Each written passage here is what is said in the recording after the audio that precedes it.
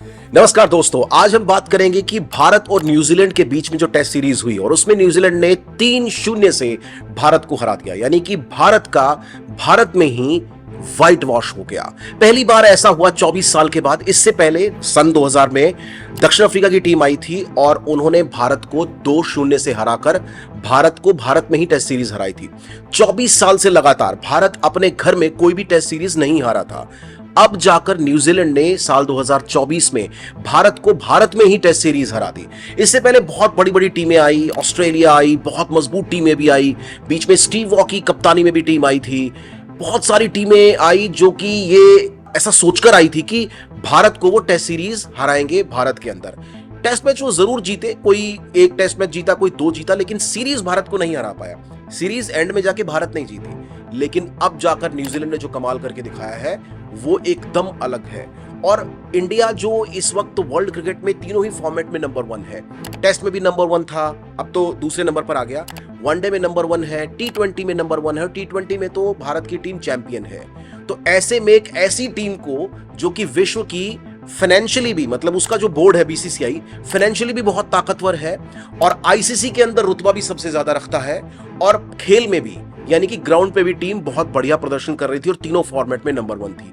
ऐसी टीम को न्यूजीलैंड की टीम ने हराया है, तो ये आप कह सकते हैं कि उनकी तैयारी अच्छी थी। आज हम इसी के ऊपर बात करेंगे कि न्यूजीलैंड ने ऐसी क्या अच्छी परफॉर्मेंस दी, ऐसी उसकी तैयारी कैसी थी, या भारत की तरफ से कुछ कमियां रही हैं पूरे सीरीज के दौरान, उसके ऊपर बात करेंगे। और ऐसे 5 फैक्टर्स के ऊपर एक एक्स्ट्रा फैक्टर मैं आपको बताऊंगा कि वो प्रैक्टिकल है, वो ऐसे बच्चों के लिए जो बच्चे क्रिकेट खेल रहे हैं उनके लिए वो इंपॉर्टेंट है, उनके माइंडसेट को ठीक करने के लिए। लेकिन जो ऑन डॉक्यूमेंटेड है वो 5 फैक्टर बताऊंगा, एक एक्स्ट्रा।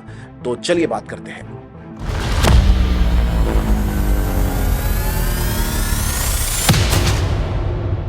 तो पहला फैक्टर ये कि भारत का जो बैटिंग ऑर्डर है पूरी तरह से कोलैप्स कर गया पूरी सीरीज के दौरान। तीनों ही मैचों में, पहला मैच बेंगलोर में, दूसरा पुणे में, तीसरा मुंबई के अंदर, तीनों ही मैचों के अंदर भारत के बैटिंग ऑर्डर ने बहुत खास कमाल नहीं दिखाया। एक सेंचुरी जरूर आई सरफराज खान के बल्ले से, लेकिन वो सेंचुरी भारत को हार से नहीं बचा पाई। अब सवाल ये था कि रोहित शर्मा क्या परफॉर्मेंस दे रहे हैं, विराट कोहली क्या परफॉर्मेंस दे रहे हैं, या फिर आपके जो दूसरे बल्लेबाज हैं, यशस्वी जायसवाल हैं, या फिर सरफराज खान है lower down the order, KL Rahul है। केएल राहुल भी सीरीज में खेले 2 मैच, हालांकि आखिर में नहीं खेल पाए लास्ट वाला मैच, लेकिन केएल राहुल ने कैसी परफॉर्मेंस दी। तो ये सब कुछ इनके ऊपर डिपेंड कर रहा था कि सीरीज जीतेंगे तो बल्लेबाज अगर अच्छा करेंगे तो हम सीरीज जीतेंगे, बैट्समैन अगर बोर्ड पर रन लगाएंगे तो हम सीरीज जीतेंगे। लेकिन रोहित शर्मा और विराट कोहली की बात करें, 3 टेस्ट मैच थे, 6 इनिंग थी, और उन 6 इनिंग के दौरान विराट कोहली ने जो रन बनाए वो थे 92 रन। मतलब 6 इनिंग में मिला के भी सेंचुरी नहीं हुई। रोहित शर्मा पूरी 6 इनिंग में विराट कोहली से सिर्फ 1 रन कम, यानी कि 91 रन। सरफराज खान 170 के आसपास रन बनाने में कामयाब हुए। ऋषभ पंत ने हालांकि सीरीज में सबसे ज्यादा रन बनाए, सिर्फ एक ही बल्लेबाज भारत का जो कि रन बनाया, वो भी कंसिस्टेंट उन्होंने रन बनाए तीनों ही मैचेस में, तब जाकर उनके 250 से ऊपर स्कोर पहुंचा है। और वहीं न्यूजीलैंड की तरफ से अगर हम देखें तो रचिन रविंद्र है, डेविड कॉनवे है, और यंग है, विल यंग, उन्होंने तीनों ही बैट्समैन ने 200 से ज्यादा रन बनाए हैं। मतलब हर बल्लेबाज के 200 से ज्यादा रन थे। तो इंडिया की तरफ से जितने टॉप ऑर्डर के बैट्समैन थे या बड़े नाम थे वो सब फ्लॉप रहे, और न्यूजीलैंड के जो बैट्समैन थे वो मुश्किल विकेट के ऊपर, टर्निंग ट्रैक्स के ऊपर भी रन बनाकर गए। और यही एक कारण रहा कि न्यूजीलैंड ने बेटर परफॉर्मेंस दी, जहां पर उनको जरूरत थी वहां पर उनके बल्लेबाजों ने रन बनाए। और 2 टेस्ट मैचों में तो पहले दोनों में लीड पर लेकर गए थे उनके बैट्समैन, यानी कि दोनों टेस्ट मैचेस में फर्स्ट जो इनिंग थी, पहली पारी के आधार पर उन्होंने इंडिया के ऊपर लीड बनाकर रखी थी, और उसी की वजह से वो दोनों टेस्ट मैच जीते थे। तो हम ये कह सकते हैं कि न्यूजीलैंड की बैटिंग ने बेटर परफॉर्मेंस दी, भारत की बैटिंग फ्लॉप रही। तीसरा कारण था कि जो इंडिया के स्पिनर्स थे, हालांकि परफॉर्मेंस आप देखें, रविंद्र जडेजा ने जरूर विकेटें ली हैं, लेकिन इंडिया के जो सबसे ज्यादा होप रहती है, जो सबसे ज्यादा उम्मीद रहती है, वो रहती है रविचंद्रन अश्विन से। अश्विन 500 विकेट टेस्ट में ले चुके हैं और एक ऐसा गेंदबाज जो टेस्ट में 500 विकेट लेकर खेल रहा हो आपके साथ और अपनी हर इनिंग में 5 टेस्ट मैच में तो खासकर और इंडिया का रिकॉर्ड पिछले 24 साल से इसलिए अच्छा था कि इंडिया को उस पूरे पीरियड के दौरान अच्छे अच्छे बॉलर्स मिले इंडिया में बॉलिंग करने के लिए। अनिल कुंबले, हरभजन सिंह और रविचंद्रन अश्विन, इस 24 साल के पूरे एरा के अंदर अगर आप देखें तो इन 3 बॉलर्स ने सबसे ज्यादा डोमिनेट किया है और इन तीनों ने आपको मैच जिता के दिए हैं। तो इस मैच में आपके वो एक बॉलर खेल रहे थे रविचंद्रन अश्विन, जो कि फ्लॉप रहे। फ्लॉप हम नहीं कह सकते, लेकिन वो अपनी उम्मीद के मुताबिक नहीं चले। 3 मैचों में सिर्फ 9 विकेट उन्होंने लिए, 73 ओवर की गेंदबाजी की थी। 73 ओवर की गेंदबाजी में उन्होंने सिर्फ 9 विकेट लिए। तो आप समझ सकते हैं कि रविचंद्रन अश्विन जैसे बॉलर अगर आपकी तरफ से विकेट नहीं लेंगे तो आप सामने वाली टीम से आप एक्सपेक्ट कर सकते हैं कि वो लंबा स्कोर बनाएंगे या आपके ऊपर लीड लेंगे। और क्योंकि आपके बाकी के स्पिनर्स में उतना कैलिबर नहीं है कि वो सामने वाली पूरी टीम को कोलैप्स कर सके। अश्विन के अंदर था बट अश्विन चले नहीं, ये भी एक फैक्टर रहा। चौथा फैक्टर है भारत के बल्लेबाज पहले टेस्ट में, आपको याद होगा बेंगलोर के अंदर 46 पे आउट हो गई थी पूरी टीम। वहां पर पेसर्स ने कमाल करके दिखाया था न्यूजीलैंड के, यानी इंडिया की जो टीम थी वो पेसर्स के सामने ढेर हो गई। न्यूजीलैंड के पेसर्स थे जिसमें हेनरी थे, साउदी थे, विलियम थे। उन्होंने पूरे टेस्ट मैच के दौरान, यानी कि इंडिया की 2 इनिंग 2 बार आउट हुई पूरी इंडियन टीम, 20 विकेट गिरने थे, उसमें से 17 विकेट सिर्फ पेसर्स ने लिए। तो आप समझ सकते हैं कि किस लेवल पर जाकर उन्होंने इंडियन टीम को उस मैच के अंदर डैमेज किया। तो पेसर्स के सामने, और जब फर्स्ट डे पर 46 पर आउट हुई थी इंडिया की टीम, तो उछाल ले रही थी, बॉल बाउंस कर रही थी, स्विंग हो रही थी, आउट स्विंग हो रही थी, इन स्विंग अंदर की तरफ आ रही थी। वो इंडिया के बैट्समैन पूरी तरह से पढ़ नहीं पाए, उनको पूरी तरह से फेल हुए। और वही एक कारण रहा कि पहले टेस्ट मैच में वो पेसर्स को नहीं खेल पाए। और उसके बाद हो सकता है कि बीसीसीआई ने पुणे के अंदर और मुंबई के अंदर थोड़ा सा टर्निंग ट्रैक्स बनवाए। तो जैसे ही टर्निंग ट्रैक्स बनवाए तो न्यूजीलैंड के फिर स्पिनर्स हावी हो गए। तो यही एक रीजन था कि पहले टेस्ट मैच में पेसर्स के सामने बिल्कुल बेअसर साबित हुए इंडिया के बैट्समैन, और फिर बाकी के 2 टेस्ट मैच में स्पिनर्स के सामने बेअसर रहे। और 5वां फैक्टर है न्यूजीलैंड की टीम बेटर प्रैक्टिस के साथ और बेटर तैयारी के साथ, प्रिपरेशन के साथ वो आई थी। इससे पहले उन्होंने श्रीलंका में सीरीज खेली थी, हालांकि श्रीलंका में सीरीज न्यूजीलैंड की टीम जीत नहीं पाई थी, श्रीलंका की टीम ने उसको हरा दिया था। और इंडिया की टीम ओवर कॉन्फिडेंट थी, मतलब उनको लग रहा था कि हम न्यूजीलैंड को आराम से हरा लेंगे। 3 टेस्ट मैच है, न्यूजीलैंड तो श्रीलंका में ही पिट के आ रही है और यहां पर इंडिया में भी उनको पीट लेंगे और 3 टेस्ट मैच जीत जाएंगे और फिर हम WTC के फाइनल में पहुंच जाएंगे। लेकिन हुआ बिल्कुल उल्टा। न्यूजीलैंड की टीम इंडिया को 3 टेस्ट मैच हरा गई। और ये कैसे हुआ? क्योंकि न्यूजीलैंड की टीम ने प्रिपरेशन बेटर की थी। वो श्रीलंका में हारे तो उन्होंने उन कारणों के ऊपर काम किया कि हम श्रीलंका में क्यों हारे। वहां पर भी कमोबेश टर्निंग ट्रैक्स ही रहते हैं, स्लो विकेट्स रहती हैं। तो वहां न्यूजीलैंड की टीम ने देखा कि हमें हमारे अंदर कमी क्या रही, हम कैसे इसको और बेटर कर सकते हैं। इंडिया के बैटिंग ऑर्डर को उन्होंने पढ़ा। और सबसे इंपॉर्टेंट ये था कि आपको याद होगा श्रीलंका के एक स्पिनर होते थे रंगना हेराथ, वो न्यूजीलैंड टीम के बॉलिंग कोच, उनके साथ बॉलिंग स्टाफ में जुड़े हुए थे। तो अब आप सोच सकते हैं कि हेराथ ने क्या क्या उनको टिप्स दी होंगी और कैसे फिर उन्होंने इंप्लीमेंट किया। तो आप ये समझ सकते हैं कि न्यूजीलैंड की टीम बेटर प्रिपरेशन के साथ आई थी और इंडिया की टीम बांग्लादेश को अपने देश में हराकर ओवर कॉन्फिडेंट थी। हमारे बैट्समैन रणजी ट्रॉफी नहीं खेल रहे हैं, हमारे बड़े बैट्समैन, उनको आईपीएल ज़्यादा इंपॉर्टेंट, उनको लगता है कि वो आईपीएल में खेलेंगे और पैसा कमाएंगे और इंटरनेशनल क्रिकेट में भी रोटेशंस में रहेंगे, लेकिन वो डोमेस्टिक क्रिकेट जाकर नहीं खेलेंगे। हालांकि बीसीसीआई ने ज़रूर उससे पहले डोमेस्टिक सीजन के अंदर बड़े प्लेयर्स को खिलाने की कोशिश की थी, लेकिन आपके जो बड़े नाम थे जो इस पूरी सीरीज में खेले वो डोमेस्टिक में जाकर नहीं खेले। और अगर वो डोमेस्टिक में खेलते, इंडियन विकेट्स पर खेलते, अलग अलग बॉलर्स को खेलते, तो हो सकता है उनकी प्रिपरेशन बेटर होती, लेकिन उन्होंने ऐसा नहीं किया और वो ओवर कॉन्फिडेंस में गए कि हम तो आसानी से हरा देंगे न्यूजीलैंड को। लेकिन हुआ बिल्कुल उल्टा। न्यूजीलैंड इंडियन टीम को पेल के चली गई 3-0 से और इंडियन टीम अब WTC के फाइनल में पहुंचने का मतलब कोई चांस नहीं लग रहा है, क्योंकि यहां से ऑस्ट्रेलिया के खिलाफ सिर्फ 5 टेस्ट मैच बचे हुए हैं और उनमें से 4 जीतने पड़ेंगे इंडिया को, जो कि बिल्कुल भी पॉसिबल नहीं लग रहा है। क्योंकि ऑस्ट्रेलिया में ही 4 टेस्ट मैच जीतना उनके अगेंस्ट, वहां की पर्थ की विकेट हो या ब्रिस्बेन की हो या मेलबर्न की हो या सिडनी की हो, इतना आसान नहीं रहेगा इंडियन टीम के लिए। तो ये कह सकते हैं कि न्यूजीलैंड टीम ने बेटर प्रिपरेशन की थी, इंडियन टीम की कोई प्रैक्टिस नहीं थी, कोई प्रिपरेशन नहीं थी, कोई प्लान नहीं था। गौतम गंभीर हाथ पे हाथ धरे बैठे रहे कि सब कुछ चमत्कार खिलाड़ी कर देंगे और खिलाड़ी ये सोच के कि सब कुछ चमत्कार हमारी परफॉर्मेंस कर देगी, हम तो यहाँ के शहंशाह हैं, बेताज बादशाह हैं और न्यूजीलैंड को हरा देंगे। लेकिन न्यूजीलैंड भाई साहब पेल गई आपको। और अब छठा जो एक फैक्टर है उसको खासकर जो क्रिकेट प्लेइंग किड्स हैं और जो बच्चे खेलते हैं क्रिकेट, वो ध्यान से सुने कि जो छठा रीजन है वो क्रिकेट को अगर आप प्रैक्टिकल देखोगे ना तो आपको समझ में आएगा कि कहाँ कहाँ चूक होती है। हालांकि ठीक है, भारत के बैट्समैन ने परफॉर्मेंस नहीं दी, भारत के बॉलर ने परफॉर्मेंस नहीं दी, अश्विन स्पेशली, और इंडिया के मीडियम पेसर्स। लेकिन ओवरऑल जब आप गेम को पढ़ोगे, क्योंकि आप जब गेम खेलते हो तो 11 खिलाड़ी खेलते हैं अपने और 11 खिलाड़ी खेलते हैं सामने वाली टीम के, और पूरे 5 दिन जब टेस्ट मैच में होते हैं, डेज क्रिकेट की मैं बात कर रहा हूं, 5 दिन के टेस्ट मैच के दौरान आपके पास बहुत सारे मोमेंट्स आते हैं। एक दिन में 3 आपके सेशंस होते हैं, लंच से पहले का, लंच के बाद का और फिर टी के बाद का। तो 3 सेशन अमूमन 30-30 ओवर के आसपास के होते हैं। 90 ओवर्स का गेम होता है पूरे दिन में।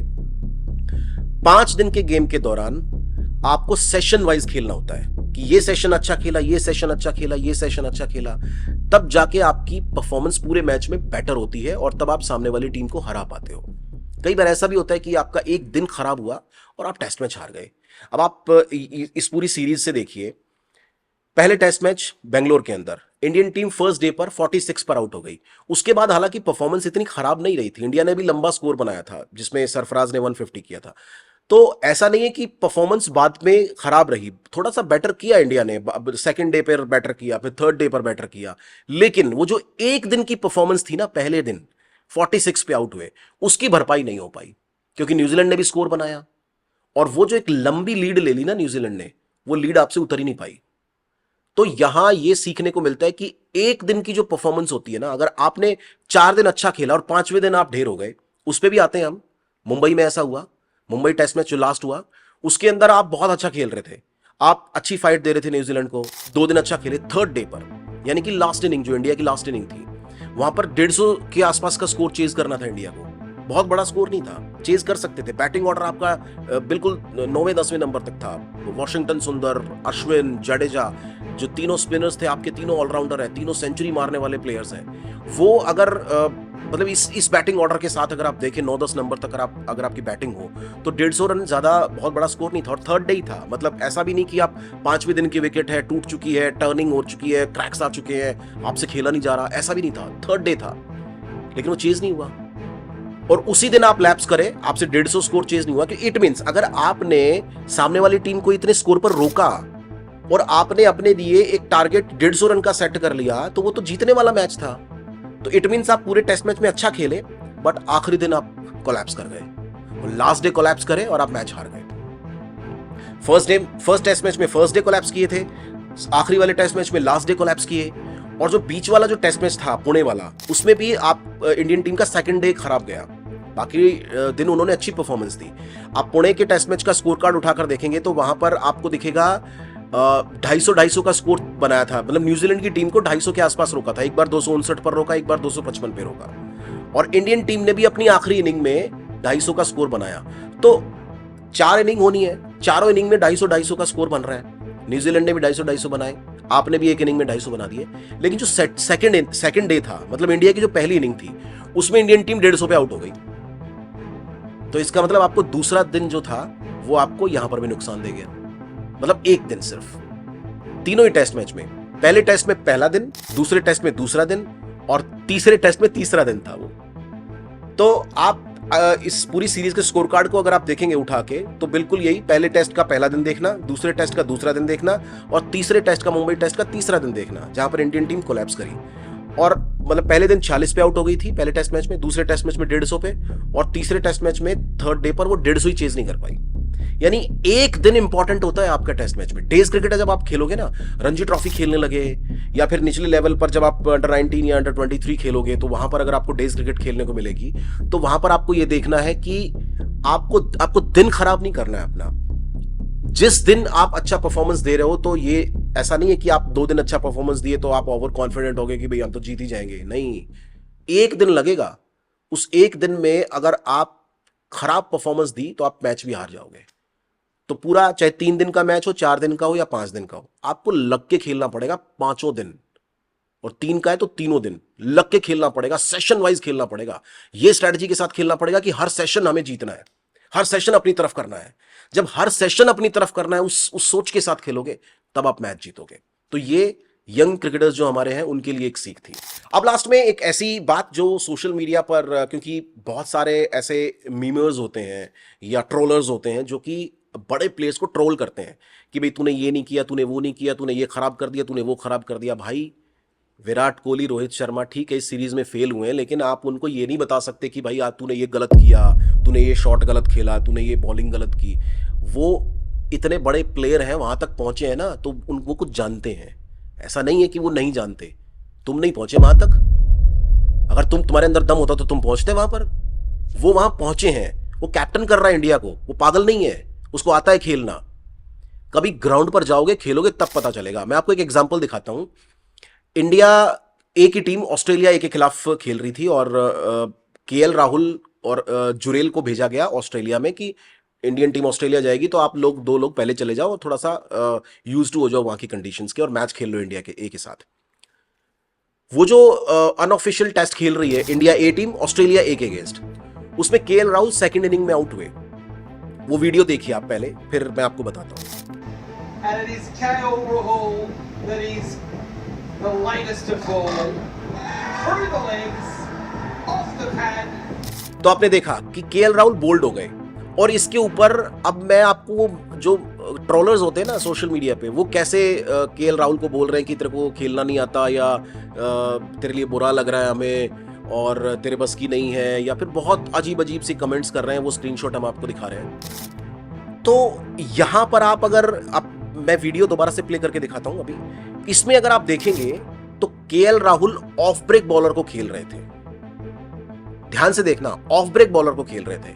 इससे पहले उसी ऑफ ब्रेक बॉलर्स की इतनी टर्न हो रही थी, बॉल पड़ के बाहर जा रही थी, पड़ के बाहर जा रही थी, लेग स्टंप के बाहर जा रही थी। इतनी लंबी टर्न होना बॉल, तो अगर वो बॉल मिडल और लेग स्टंप पर पिच होगी तो कोई भी बैट्समैन ये एक्सपेक्ट करेगा कि वो लेग स्टंप के बाहर ही जाएगी, क्योंकि इतनी लंबी टर्न हो रही तो बाहर जाएगी। उसकी टेक्निक खराब नहीं थी लेफ्ट करने की, सिर्फ उससे गलती ये हुई कि वो लेफ्ट कर रहा था उस बॉल को, एंड मोमेंट तक नहीं देखा उसने, बस गलती ये हुई। टेक्निक खराब नहीं थी। ऑफ ब्रेक बॉलर की लेग स्टंप पर बॉल पिच हुई, लेग या मिडल पर अगर पिच हो और वो इतनी लंबी टर्न हो रही हो उस विकेट के ऊपर, तो यही टेक्निक है बॉस छोड़ने की, जो केएल राहुल कर रहा था। तो ऐसा नहीं है उसके पीछे मत पड़ो कि केएल राहुल तुझे खेलना नहीं आता। भाई खेलना आता है तब वो वहां पहुंचा, इतनी सेंचुरीज मारी हैं और उसकी टेक्निक भी ठीक है। सिर्फ कमी रहेगी कि वो कोचेस बोलते हैं ना कि बॉल को आखिर तक देखो आप, तो हो सकता है कि आखिर तक बॉल को नहीं देखा होगा, या फिर हो सकता है कि वो बॉल, क्योंकि आप इस पूरी वीडियो में देखेंगे वो बॉल टर्न नहीं हुई, वो टर्न के लिए खेल रहा था। उससे पहले इतनी लंबी टर्न हो रही थी, वो टर्न नहीं हुई, पड़ के सीधी निकल गई। अब सीधी निकल गई, वो जज नहीं हुई और वो सीधा जाके उसके पैर पे लग गई और स्टंप पे लग गई और बोल्ड हो गया। लेकिन ऐसा नहीं है कि उसको खेलना नहीं आता बॉस, वो बॉल सीधी रह गई, वो टर्न ही नहीं हुई। अगर आप भी कभी जाकर खेलोगे ना विकेट के ऊपर, मतलब पिच के ऊपर, तो वहां ना स्किड करके बॉल आती है। और जितने ये ज्ञान देते हैं ना सोशल मीडिया पे, एक बार जाके ना पिच पर जाकर खेलना, बॉल नहीं दिखेगी भाई, स्पिनर की नहीं दिखेगी। मीडियम पेसर छोड़ दो, 110 किलोमीटर पर आवर की स्पीड से अगर किसी ने बॉल डाल दी ना, दिखेगी नहीं तुम लोगों को, सीधा कीपर के हाथ में दिखेगी, आंख बंद हो जाएंगी। तो प्लेयर्स को ना ऐसे ट्रोल करना बंद करो भाई। वो ये देखो वो कर क्या रहा था। आपको ये नहीं पता कि बैट कैसे पकड़ते हैं, ये नहीं पता कि स्टांस कैसे लेते हैं, ये नहीं पता कि ड्राइव कैसे मारते हैं, ये नहीं पता कि डिफेंस कैसे करते हैं, और आ जाते हो तुम केएल राहुल को ज्ञान देने के लिए, आ जाते हो विराट कोहली को ज्ञान देने के लिए। तो भाई ये ज्ञान बंद करो और इनको खेलने दो, इनको सपोर्ट करो। ये अपने प्लेयर्स हैं। बड़ी मतलब खराब हार न्यूजीलैंड के अगेंस्ट हमने देखी एज अ कंट्री, और इससे बाहर निकलो। ऑस्ट्रेलिया जा रही है टीम, उसको सपोर्ट करो, उनको सपोर्ट करके वहां जिताने के लिए उनको बोलो कि अच्छा खेले, ट्रोल मत करो बॉस। तो ये था आज की वीडियो में। तो होप आपको अच्छा लगा होगा, और इस तरह की वीडियोस मैं और भी लेके आता रहूंगा जिसमें क्रिकेट से रिलेटेड भी बातें होंगी, किड्स के लिए भी बातें होंगी, और जो जनरल जो क्रिकेट चल रही है हमारे एटमॉस्फेयर में, या फिर हम जो डिस्कशन करते हैं आपस में, तो उसकी भी बात होगी। नमस्कार।